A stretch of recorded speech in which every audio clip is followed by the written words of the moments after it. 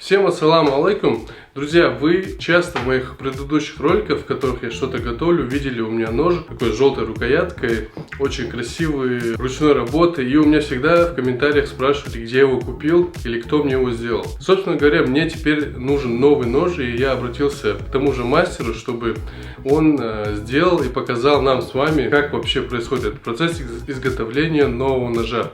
Собственно говоря, он и держит сейчас эту камеру. Всем ассаламу алейкум, поехали!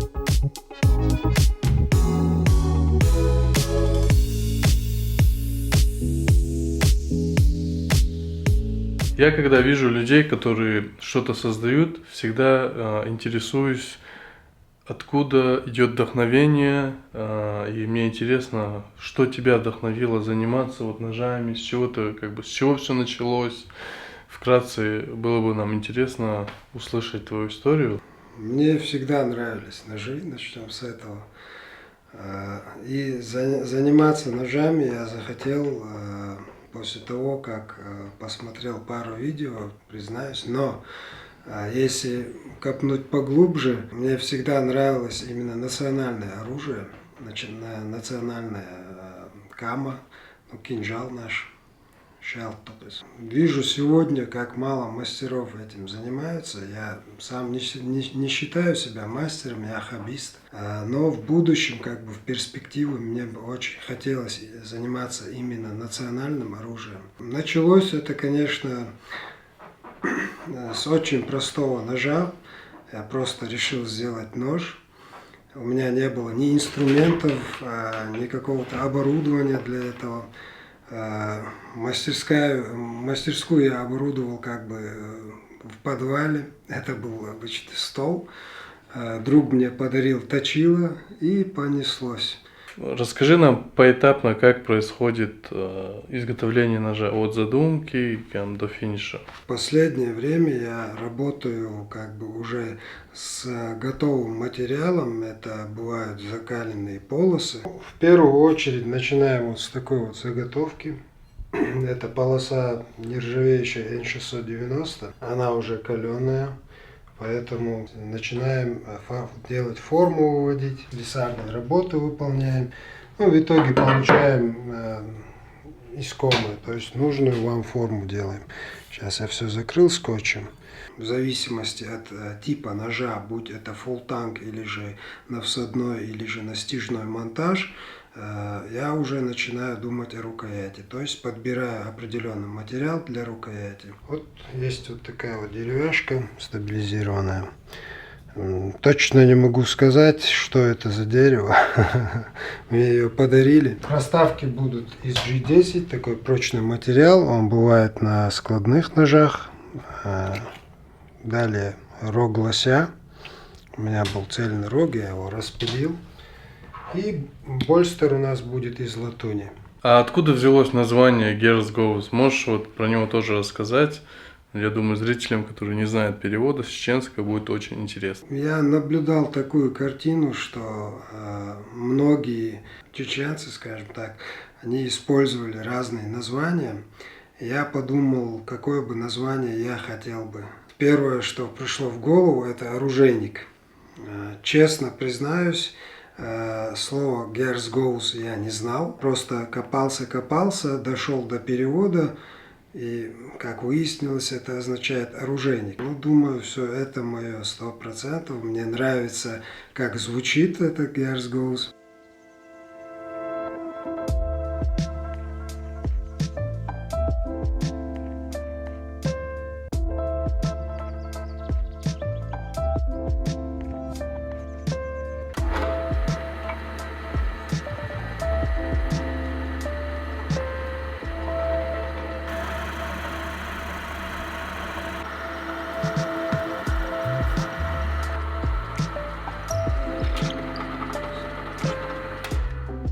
Вот что получилось. Я делаю по такому принципу. Сверливаю отверстие. И потом у меня есть такой инструмент, как пилка. И под диаметр, под ширину хвостовика я расширяю, в общем, это отверстие.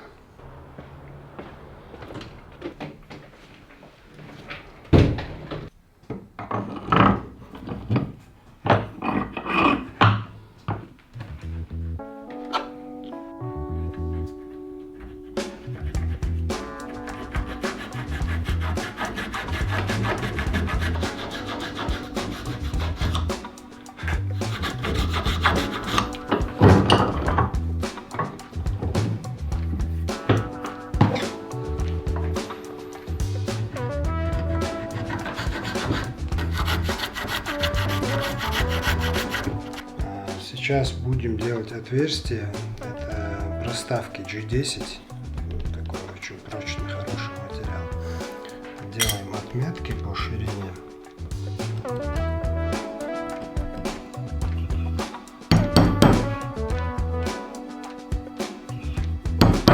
Ту же операцию выполняем с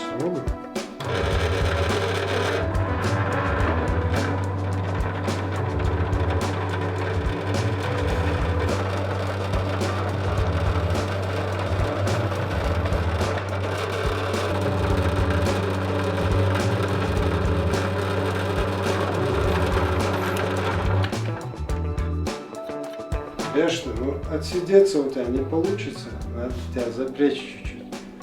Давай, поработаем. Так, мастер Бешта.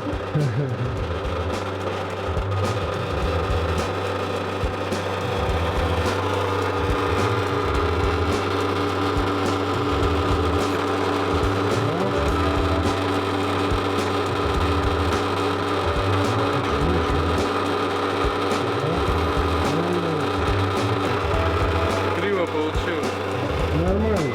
Точно? Конечно. Еще вот здесь, да, надо? Ну, можно и не делать, но это все равно напильниками, да, расширим. Вот. Я внес свой вклад. Ну, как раз нужно. Да, сразу выпало. Знает. И вот так вот. Расширяем.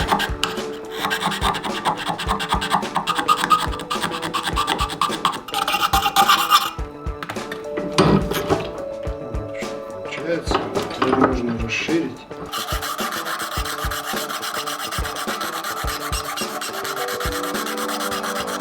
Смотри, подожди, я хочу снять, как я криво это сделал. Хочешь ты?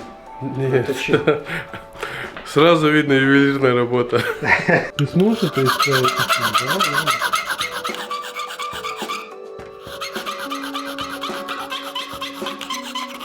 Теперь ту же операцию выполним и с рогом лося.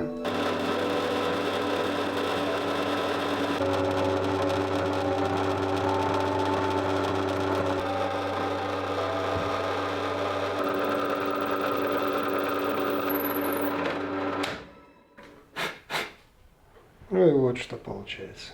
Теперь расширим с помощью напильника и займемся больстером.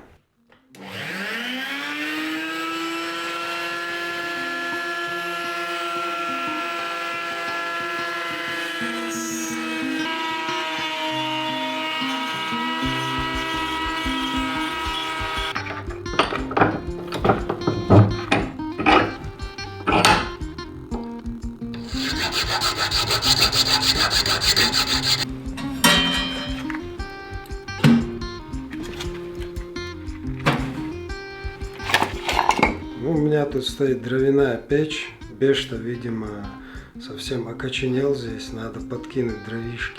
Так, по стрелке посмотрим.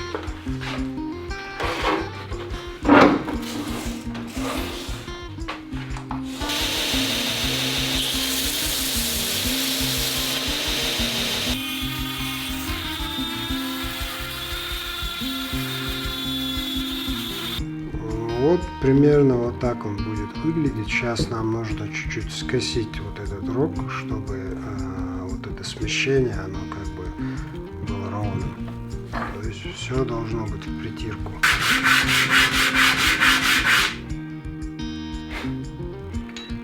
Правильность. Вроде хорошо. И так с каждой деталью. Потому что если не притереть, то может где-то остаться зазор, а он нам совсем не нужен.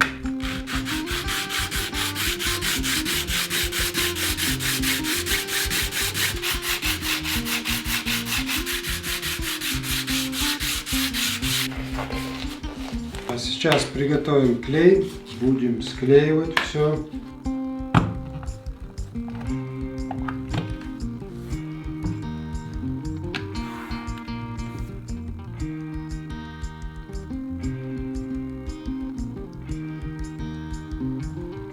Чтобы клей был непрозрачным, я использую краску для принтера И вы не поверите, сколько трудов мне стоило, чтобы ее оттуда достать. Сколько запачканных рук.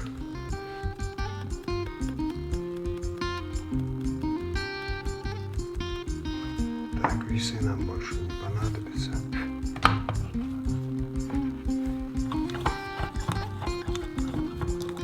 Не жалеем клей. Лишнее он все равно выдавится.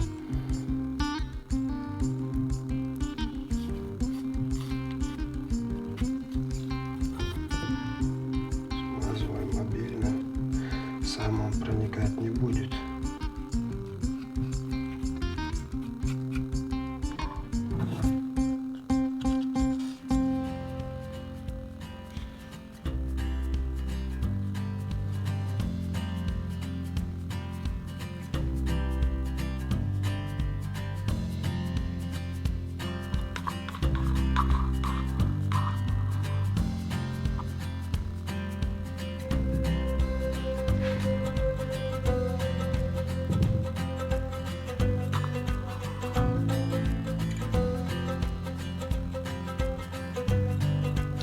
Клей очень густой, поэтому нужно его прям забирать туда.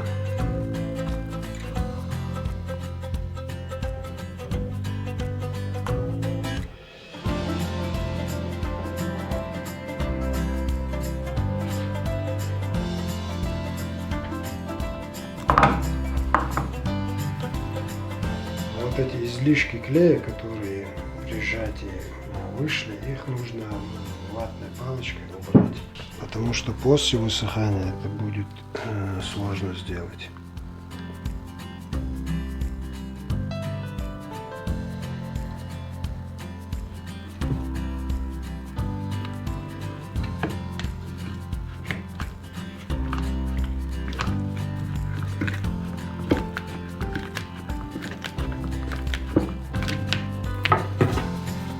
Вот таким образом.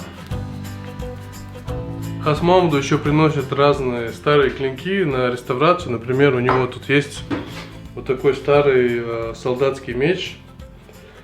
Здесь даже написана дата производства 1880 год. Златоуст. Вот он его будет реставрировать. Меч. И вот такой чеченский национальный кинжал. Кама по-русски называется, по-чеченски называется Шелд. Здесь тоже дата написана 1925 года.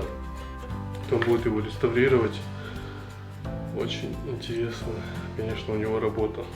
У Хасмамода есть еще свой YouTube канал Gears Goes. У него там много разных роликов про изготовление ножей, реставрации разных старинных предметов. Если интересно, в описании будет ссылка на его канал. Ну, клей высох, приступим к формовке рукояти.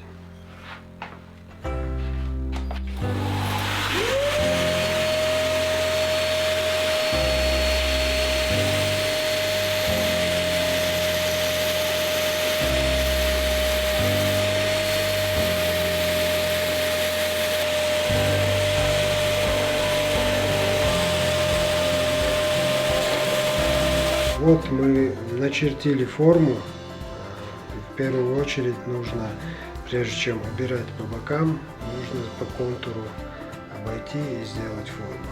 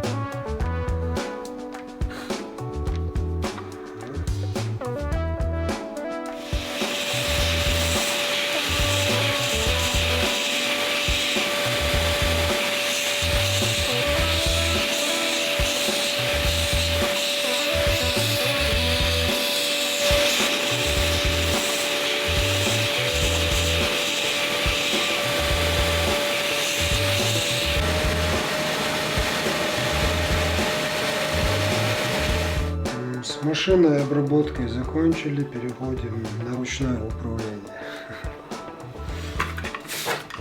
Делается это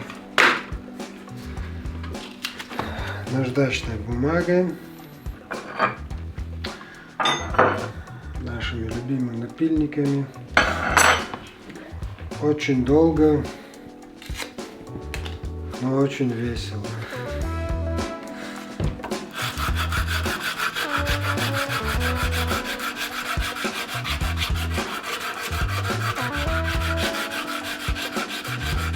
Там, где не нравится форма, берем напильник, то есть более грубый абразив, и придаем форму. В данном случае мне не понравился этот изгиб на больстере.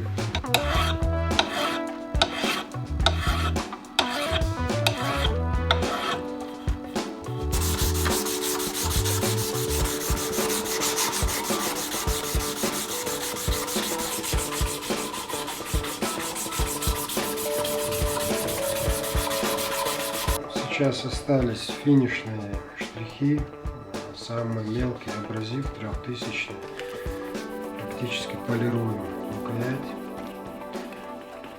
потом на муслиновом круге дополируем.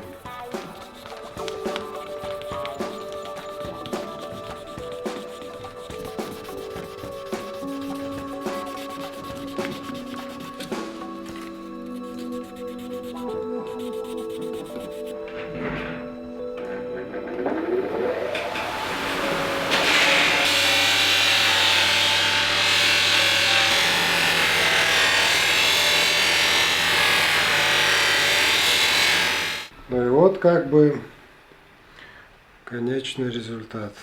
Все уже готово, да? Да. Осталось заточить. Да.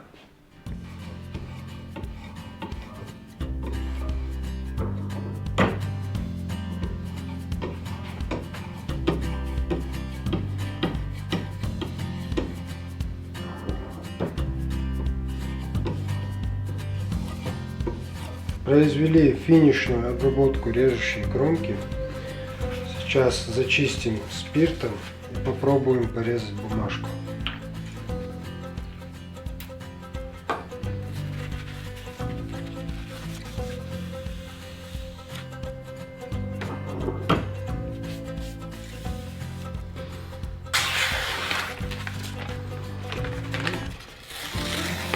Хорошо.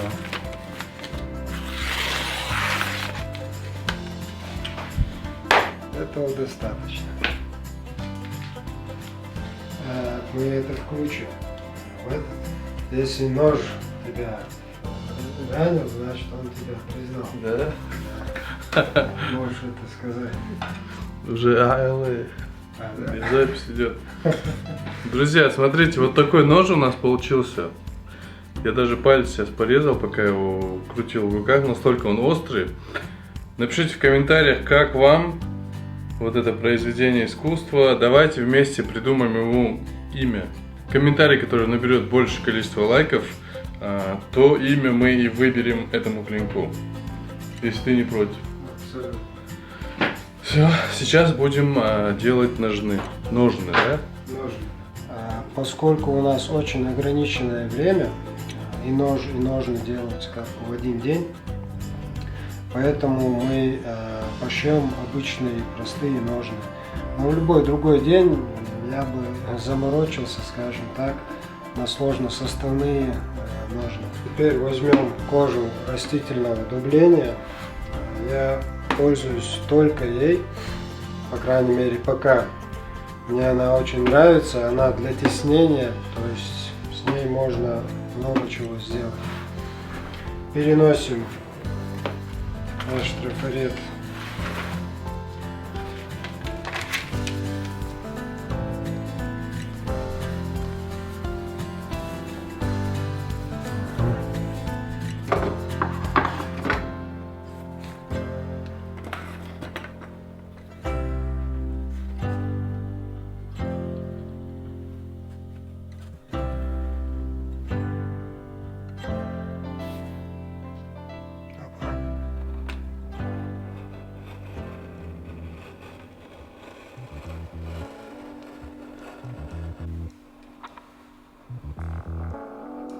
мы хотим сделать тиснение, такое минимальное.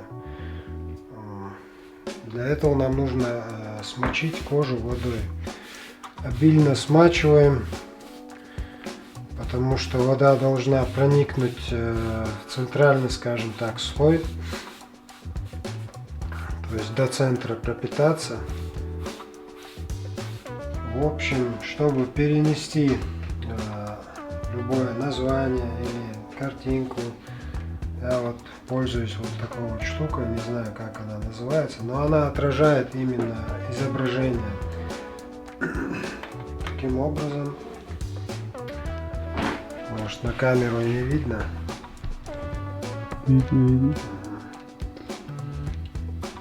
Ну и вот таким вот образом я обвожу.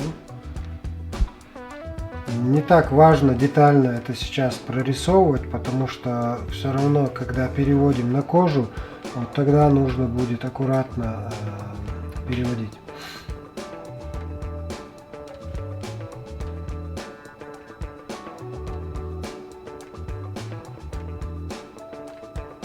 Теперь мы переносим на кожу, обводим, таким вот образом переносим. Итак, вот перенесли надпись. Теперь будем вот таким вот инструментом вырезать, скажем так, делать углубление для дальнейшего тиснения.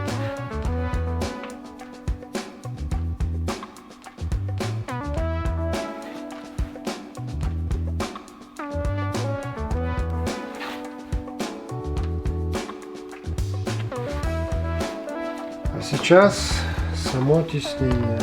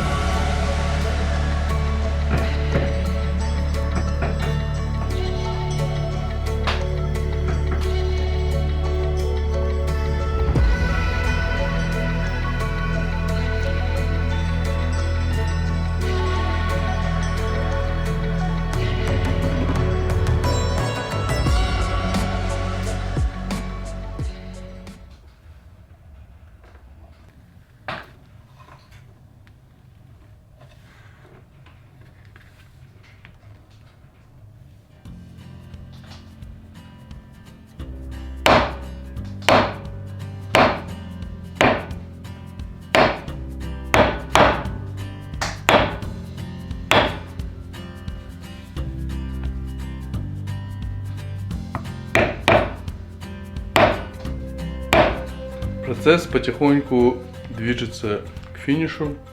Сейчас Хасмамут занимается проклейкой кожи. Он будет сейчас склеивать их по две стороны. Скоро мы закончим. Уже часов 10 прошло, как мы начали делать этот нож. Сейчас будем красить. Для начала просто в серый цвет, а потом уже детали будем другими цветами подчеркивать.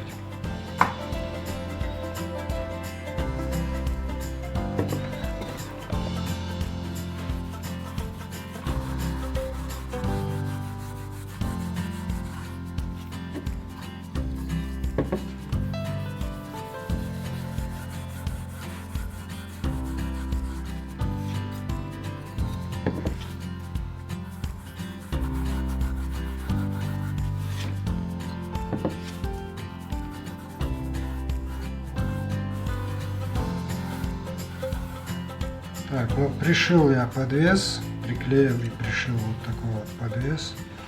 Самый простой, ввиду того, что времени в обрез. Сейчас будем на внутреннюю сторону ножен обрабатывать ее костным маслом. Это делается для того, чтобы, ну, когда влажный нож кладешь в ножны, чтобы не было гниения кожи.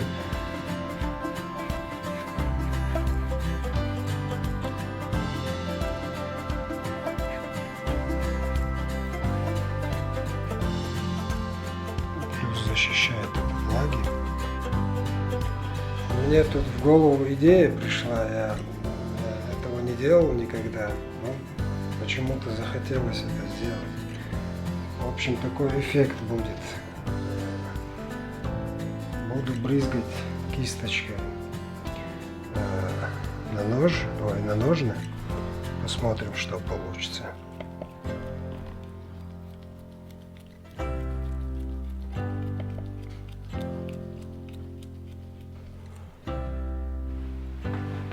Сейчас будем склеивать уже окончательно ножны, после чего будем прошивать.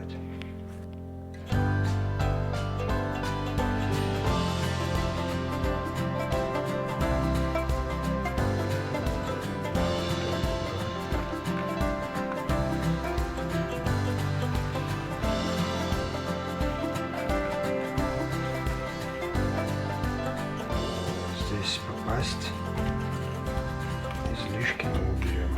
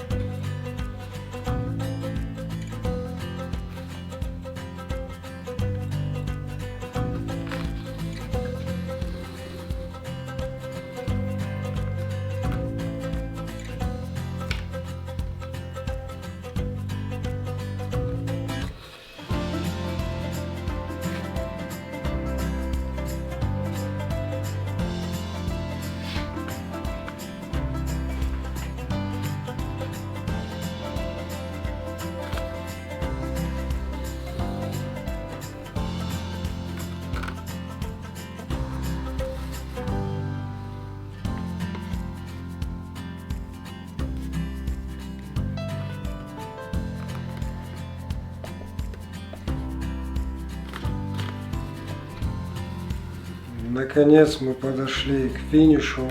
Сейчас будем покрывать апертурой. Это финишный лак для кожи.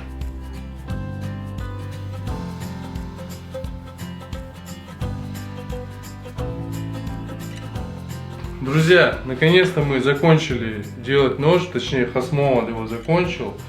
15 часов у нас ушло на изготовление этого ножа. У меня был единственный, мой заказ сделать максимально простой нож, чтобы мне было не жалко его использовать, рабочий инструмент, потому что предыдущий нож, который мне сделал Хасмолод, он слишком шикарный, и мне лишний раз просто жалко его им пользоваться.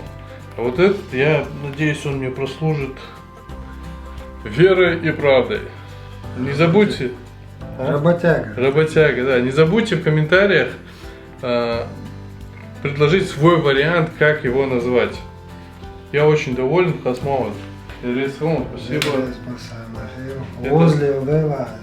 Если вам нужен будет нож, обращайтесь к Хасмолоду, он с удовольствием выполнит ваш заказ.